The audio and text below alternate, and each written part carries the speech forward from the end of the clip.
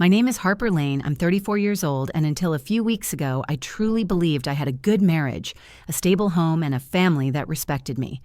That belief shattered in one night. I never imagined that the man I built a life with would look me directly in the eyes, knowing I was loyal, and still allow his family to believe the worst about me. I never imagined that the people who claimed they wanted family unity would jump to destroy a woman they barely understood. And I never imagined that the person who would defend me, not with anger but with evidence, would be my 8-year-old daughter. The moment I realized how far things had gone was during a Sunday dinner at my in-laws' home. We had been married for 10 years, and although I always felt like I lived slightly outside the circle of Cole's family, I worked constantly to show that I cared. I baked for holidays, bought thoughtful gifts, attended every birthday and barbecue even when I was exhausted from work, and still somehow remained the outsider they examined, not embraced. But I accepted it, because my focus was on my marriage and our daughter, Ava Lane. That Sunday evening, I walked into their house holding a homemade chicken and vegetable casserole, the same recipe Cole claimed he fell in love with during our first year together. I smiled as I entered, saying, "Hi everyone, I brought the casserole you all like." No one responded with warmth. Instead of smiles or a cheerful, "Hey, Harper," I saw tight lips, crossed arms, and eyes that seemed ready to dissect me. I assumed maybe someone was upset about something unrelated. I didn't feel immediately targeted, at least not yet. Derek, my husband's older brother, leaned back in his chair with a smug grin and said loudly enough for everyone to hear, "She really showed up, huh?" His tone had mockery in it, something I wasn't used to from him. Before I could ask what he meant, Marissa, my husband's sister, folded her arms and whispered to their mother, but purposely loud enough, "I told you, she looks like the type." I froze mid-step. My heart seemed to stop beating for a moment. I blinked several times, confused, scanning their faces. Something was wrong. Something was very wrong. Trying to stay composed, I set the casserole down carefully and asked with a nervous laugh, "What are you talking about?" Instead of explaining, everyone stared at Cole. I looked at him too, silently begging him with my eyes to say anything that made sense. But he kept his head lowered, refusing to look at me. Marissa stood up, placed her hands on her hips, and said, "You don't have to pretend. Cole told us what you did. Honestly, we should have seen it coming." I whispered, "What did I do?" Derek smirked. "Come on, Harper, cheating isn't exactly small news." My legs almost gave out. "Cheating?" I repeated, hardly able to breathe. "I never cheated on anyone. Why would you think that?" Marissa narrowed her eyes and delivered the sentence that would echo in my mind for days. "Because Cole said you did, and frankly, I never trusted you." I heard a faint gasp from behind me. Ava, wearing her pink sweater with cartoon clouds on it, stood by the doorway. She looked up at me with fear, confusion, and something else I couldn't identify yet. Cole still didn't speak. In that moment, everything inside me felt like glass shattering in slow motion. I wasn't just being insulted. My entire identity as a wife, mother, and woman was under attack, and the man who should have been my protector was silent. His silence was not ignorance. It was agreement. I whispered shakily, "Cole, tell them the truth." He finally looked up, expression hard and detached, and said, "They deserve to know what kind of person you are." Ava grabbed my hand with her small fingers and whispered, "Mommy, I know you didn't. I saw things." I couldn't process what she meant, but before I could ask, she squeezed my hand tighter, as if her tiny body was preparing for a battle no child should ever have to face. The room went silent. The war had just begun. If someone asked me 6 months ago to describe my life in one sentence, I would have said, simple but full of love. I never cared about having a glamorous lifestyle or making people envy me. I cared about having a home filled with peace, respect, and stability. A home where my daughter felt safe, where kindness wasn't treated like weakness, and where love didn't feel like a scoreboard. That was the dream I believed I was living with my husband, Cole Lane. Cole and I met in college during a campus volunteer project. I was painting a mural for the Children's Center, and he offered to help me wash the brushes afterward. He had this charming confidence, not arrogant, just enough to make people notice him. He would say things like, "You're too soft for this world, Harper. People like you deserve protection." I mistook that comment as admiration, not foreshadowing. We dated for 2 years, married at the courthouse with my mother holding a bouquet she picked from her garden, then saved for 5 years to purchase a starter home in a family-friendly Ohio suburb. We built something steady, or so I believed. I worked as an elementary school art teacher. My days were filled with finger paints, construction paper, tiny smiles, and little voices asking if their work was good enough. I always answered, "If it makes you happy, it's perfect." Those children reminded me daily that emotional safety is more valuable than perfection. Cole worked in tech sales. He traveled occasionally, dressed sharply, and always seemed admired by colleagues and neighbors. He was good at being impressive, a trait I didn't envy until I learned how easily it could turn into manipulation.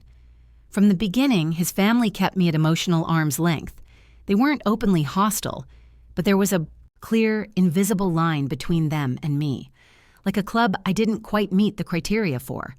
At holidays, they would smile, but their smiles never reached their eyes. They called me sweet instead of using my name. They praised me for being supportive instead of acknowledging my accomplishments. Their compliments always sounded like polite dismissal. I tried anyway.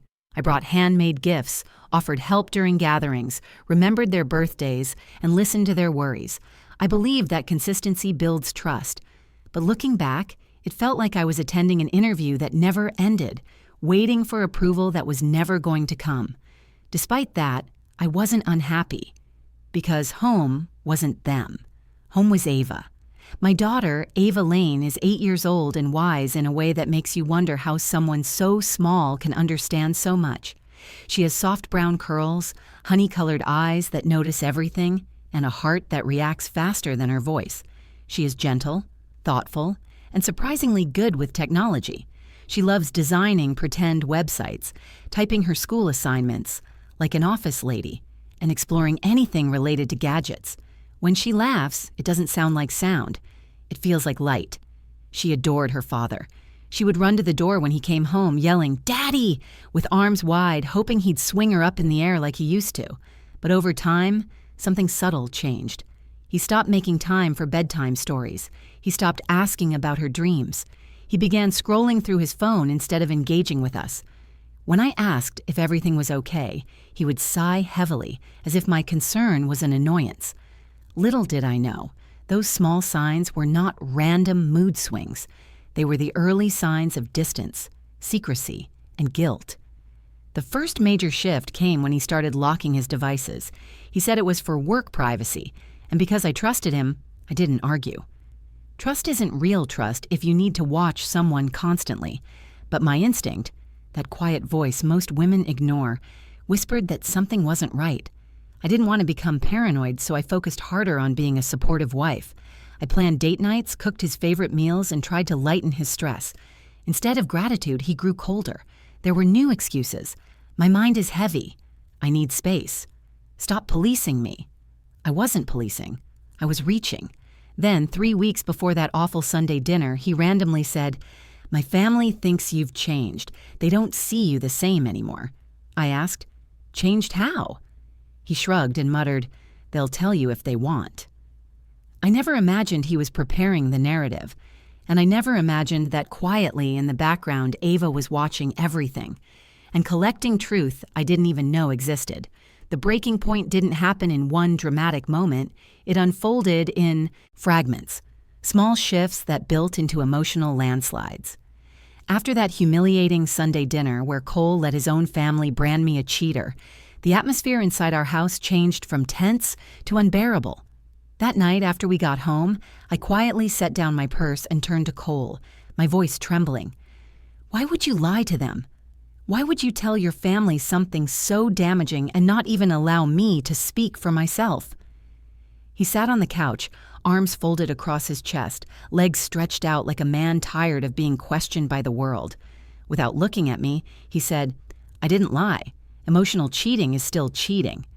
His words didn't make sense. Emotional cheating? I haven't even talked to anyone in a way that wasn't respectful. Where is this coming from? He shrugged with cold indifference. "You tell your coworkers everything. That's betrayal." I blinked in disbelief. "Cole, telling my coworkers about stress isn't cheating. That's normal communication." He snapped back, You shouldn't need emotional support from anyone but me." That moment felt like watching a sane conversation dissolve into fog. He was redefining concepts to suit his narrative. He wanted power, not truth.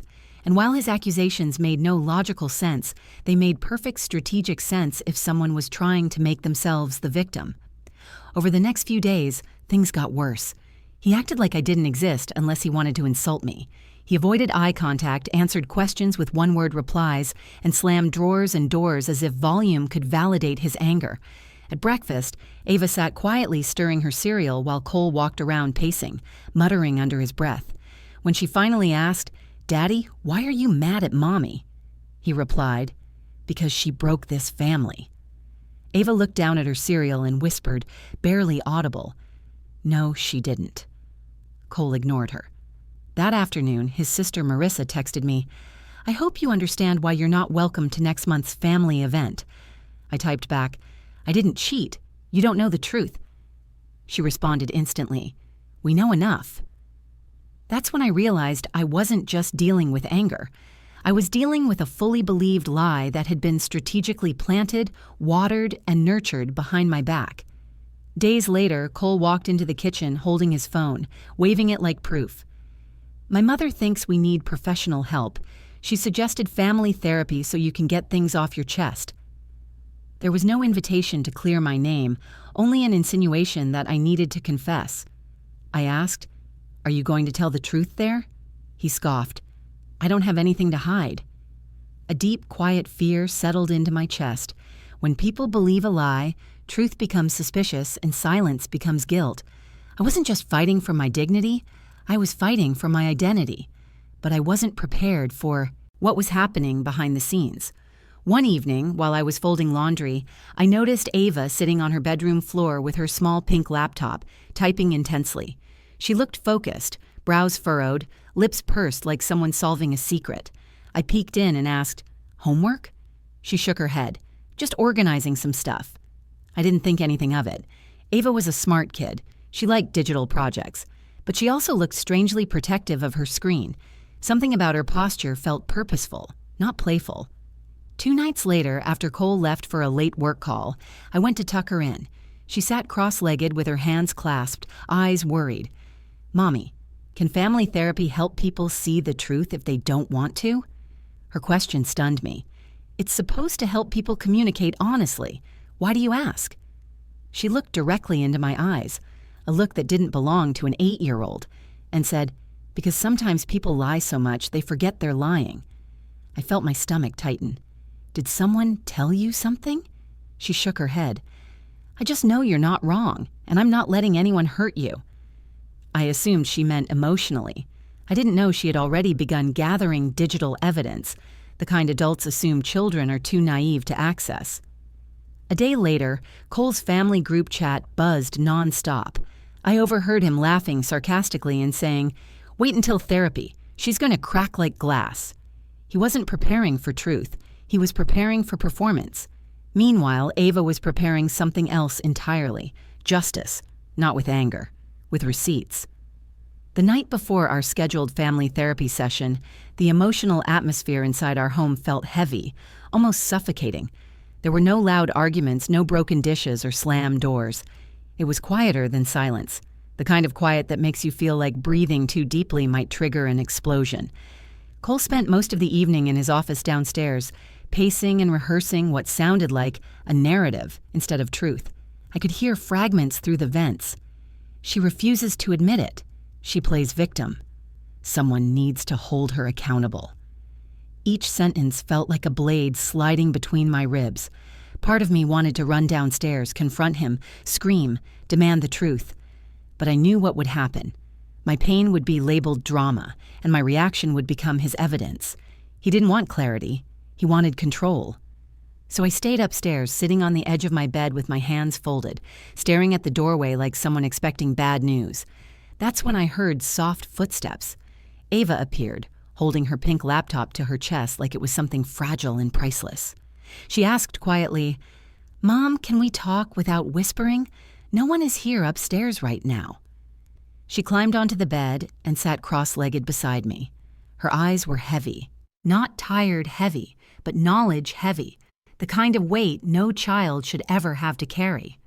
"Mom," she began, "I know tomorrow is really important, and I know Daddy is going to say things that aren't true." I placed my hand over hers. "Sweetheart, I don't want you involved. This is between grown-ups." She shook her head gently, tears collecting but not falling. "But I'm part of the family too. When grown-ups hurt each other, they hurt kids even if they don't notice." Her voice struck me like a message written directly on my heart. Before I could respond, she slowly opened her laptop, turned the screen toward me, and clicked a folder titled "Dad Deleted Messages and Files." Inside were screenshots, messages, photos, email drafts, and timestamps. My heart stopped. "Ava, how did you get these?" I whispered, terrified and stunned. She explained, "Daddy forgot his old tablet was still signed into his email and cloud backup. He didn't even remember I played games on it sometimes. There were messages he thought he deleted, but they were saved somewhere else." She paused, swallowing hard. "I didn't go looking for trouble. I just wanted to understand why everyone was treating you like you were bad." I opened one of the messages, and it hit me so hard my body swayed.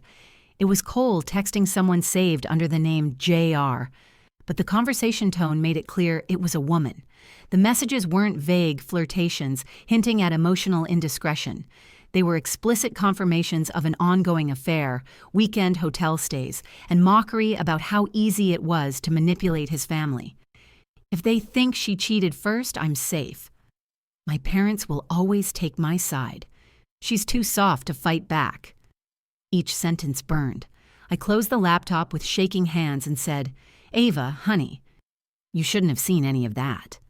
She looked straight into my eyes with unwavering courage and replied, "Maybe I shouldn't have, but I did. And if you don't say anything tomorrow, I will." "No," I whispered firmly, panicked. "You are a child. That is not your responsibility." Her voice didn't rise, but it deepened with conviction. "If I don't help, everyone will keep hurting you.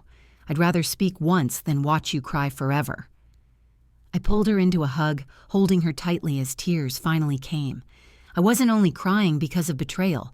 I was crying because my little girl was being forced to become my defender. After putting her to bed, I walked into the bathroom, locked the door, and stared at my reflection. I didn't see weakness despite what they said. I saw fear, pain, exhaustion. But under it, something new. Rising strength. That night, I made a decision. I wouldn't beg anyone to believe me. I wouldn't debate lies. I would walk into that therapy room calmly, even if my entire world cracked in the process. But what I didn't know was that the real turning point wasn't my silence or my composure. It was my daughter, preparing to stand, not behind me, but beside me. And she was about to change everything. The next afternoon, I drove us to the therapy center with my heart beating painfully against my ribs.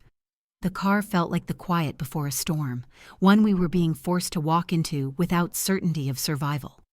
Cole sat in the passenger seat scrolling on his phone, not saying a single word, not a greeting, not a question, not a single acknowledgement of the wound he'd caused. His silence wasn't neutral. It was dominance, as if he believed the verdict had already been decided and the session was merely paperwork before sentencing. Ava sat behind me, hugging her laptop sleeve to her chest as if it were armor. She wasn't nervous. She looked determined, almost older. At one stoplight, I adjusted my mirror and saw her staring out the window, eyebrows slightly drawn, lips pressed into a firm line. She looked like someone preparing herself, not for a fight, but for truth. There is a difference. Fighters want victory. Truth-tellers want clarity. When we arrived, the lobby smelled like lavender and printer paper, neutral furniture, soft lighting, quiet background music, everything intentionally calm. It felt ironic, almost insulting, compared to the chaos in my chest. Dr. Elaine Porter, the therapist, greeted us warmly. She was a woman in her early 50s, with short silver hair, gentle eyes, and a calm tone that felt like a safe space. "Welcome back, Cole and Harper. And hello, Ava. I'm glad you're joining us today." Cole spoke first, eager to control the narrative. "I think it's important she hears everything so she knows what's going on." That sentence alone told me he expected a performance, not a reckoning. We entered the room and sat down. Cole at an angle, legs crossed confidently. I sat upright with my hands clasped. Ava sat next to me, laptop still clutched. Dr. Porter opened her notebook and asked, "So, who would like to begin today?"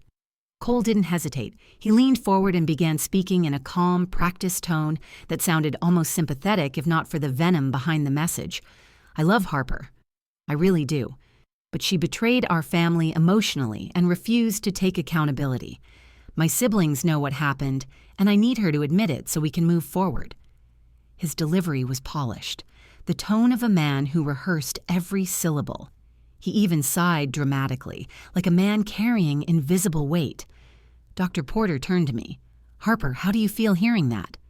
I opened my mouth to respond, but before even a whisper left my throat, Cole cut in sharply. "Just don't lie. This is supposed to be honest." Dr. Porter gently held up a hand. "Cole, in this space, everyone will speak without interruption." He leaned back, annoyed. I inhaled slowly. "I have never cheated. Not emotionally, not physically, not in any form. The accusations brought to his family were not based on truth, but on his interpretation. And now it has turned into character assassination.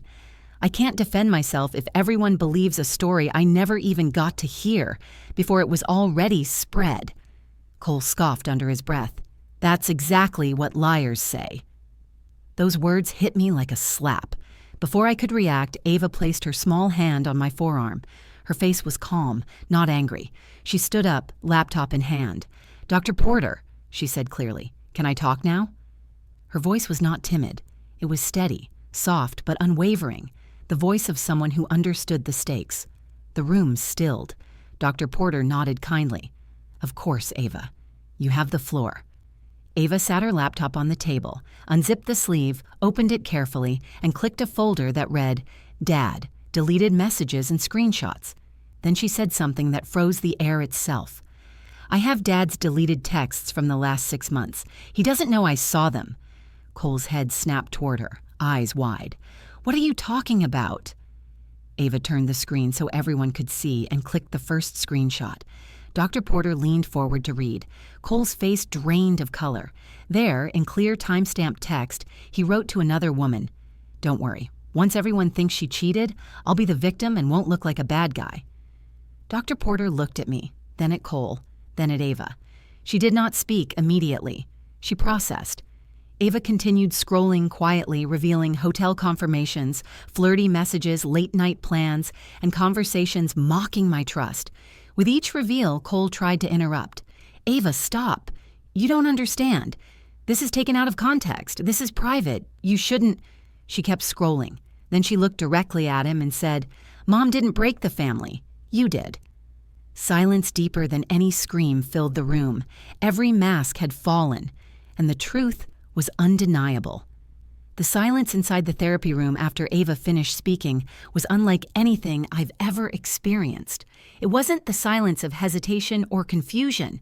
It was the silence that comes only when truth hits everyone at the exact same time and leaves no remaining space for denial, argument, or manipulation. Cole stared at the floor, frozen, his jaw tight, his breathing uneven. He looked like a person who had spent months building a carefully structured lie, only to watch it collapse in a single minute, not by an adult opponent, but by his own child. Dr. Porter finally broke the silence with a calm, steady voice. "Cole, I am not here to punish anyone, but the messages shown clearly contradict the story that has been presented. You owe both your wife and your daughter an explanation." Cole swallowed hard, his voice barely above a whisper. "It wasn't supposed to go this far." I stared at him, stunned. "You mean you intentionally wanted your own family to think I cheated?" He rubbed his forehead anxiously. I didn't know how to fix things. I panicked. I messed up. I didn't think anyone would find those messages." Ava looked at him, her small voice heartbreakingly steady. "You didn't think I would find them, not that they didn't exist." He covered his face with both hands, exhaling sharply as if the air itself had turned against him. For the first time in months, I didn't feel weak. I didn't feel confused. I didn't feel desperate for him to love me. I finally saw him clearly, a man who feared being seen as flawed more than he feared hurting the people who loved him. Dr. Porter leaned forward and said, "Cole, your decisions were deeply harmful not only to your marriage but to your daughter's emotional safety. What you did wasn't a mistake. It was deception, and it had real consequences." Cole didn't argue. He just stared, defeated.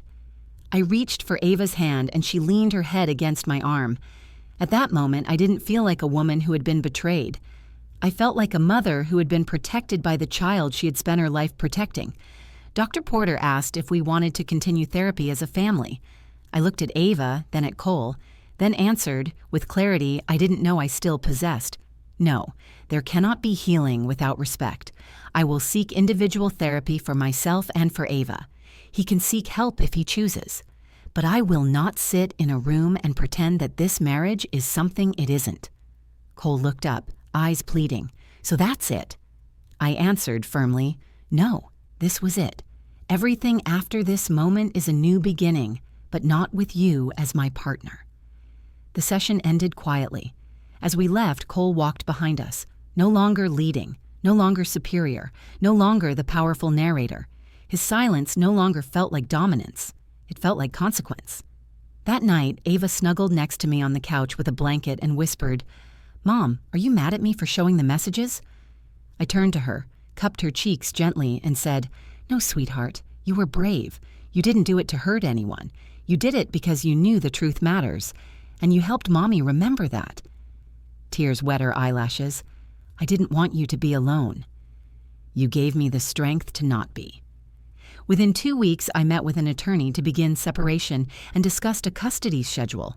Surprisingly, Cole didn't fight aggressively. The truth had taken the fight out of him. And maybe, for the first time, he understood that love is not control, image, or blame. Love is responsibility. Word eventually reached his family. They sent texts that read like apologies but felt more like damage control. "We didn't know. We're sorry we judged you.